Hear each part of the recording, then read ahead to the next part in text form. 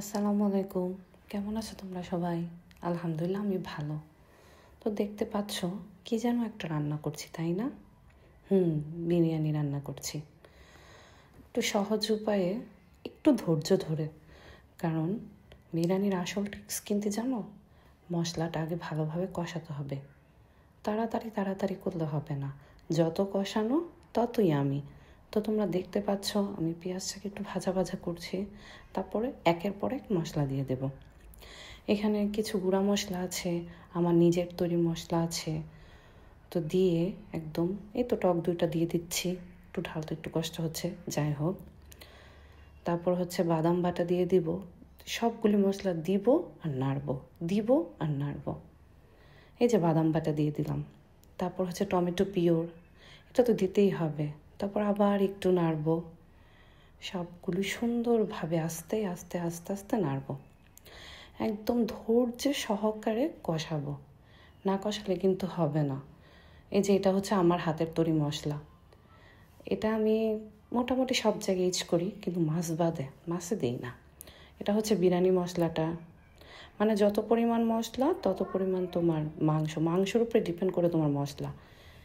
সুন্দর একটা কালার চলে আসবে, দেখবে এখনই। কষাতে কষাতে কষাতে কষাতে সুন্দর একটা, একের পর এক সব মশলা দিচ্ছি। এখন দেখবে কষাতে কষাতে কি সুন্দর একটা এই যে দেখেছো কি সুন্দর কালার চলে এসেছে। একদম চুলাটা কিন্তু তোমার একদম হচ্ছে অল্প আঁচে রাখবে। এই যে দেখছো সামনের থেকে গ্রান যা বের হয়েছিল না, মাশাল্লাহ মাশাল্লাহ। যাক, নিজের প্রশংসা নিজেই করছে, এটা অনেক বড় ব্যাপার। এখন কিন্তু মাংসটা ঢেলে দিলাম। তো আস্তে আস্তে করে মাংসটা ঢেলে দিচ্ছি, দেখে বুঝতেই পারছো। তো মাংসটা ঢেলে দিয়ে মাংসটাও কিন্তু ভালো মতো কষাতে হবে, না হলে কিন্তু তোমার বিরিয়ানি মজা হবে না। যে পর্যন্ত না কষিয়ে ভালোভাবে সিদ্ধ করে একদম এটুক পানির মধ্যে, আলাদা কোনো পানি টানি না।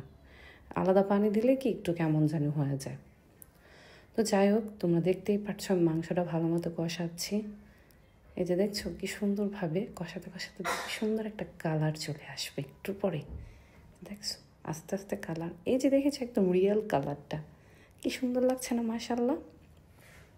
তো যাই হোক, আমরা হচ্ছে মাংসটা কষাতে কষাতে মাংসটাও হয়ে আসছে।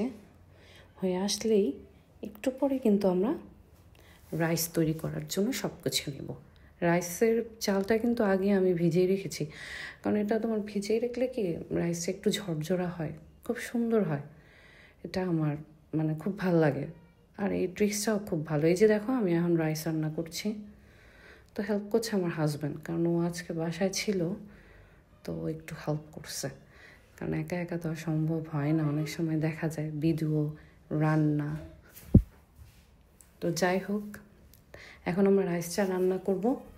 রান্না করে তারপর হচ্ছে তোমার মাংসটা ঢেলে দিয়ে মাংসটা একসাথে হয়ে যাবে।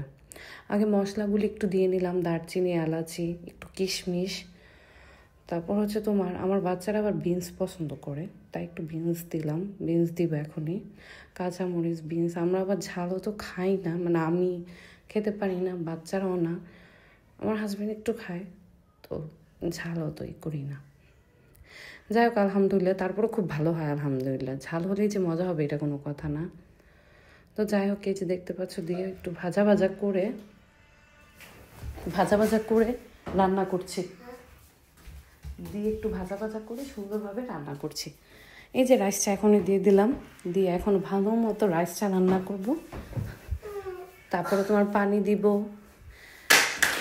সমপরিমাণ পানি দিয়ে তোমার রাইসটা ভালো মতো রান্না করব।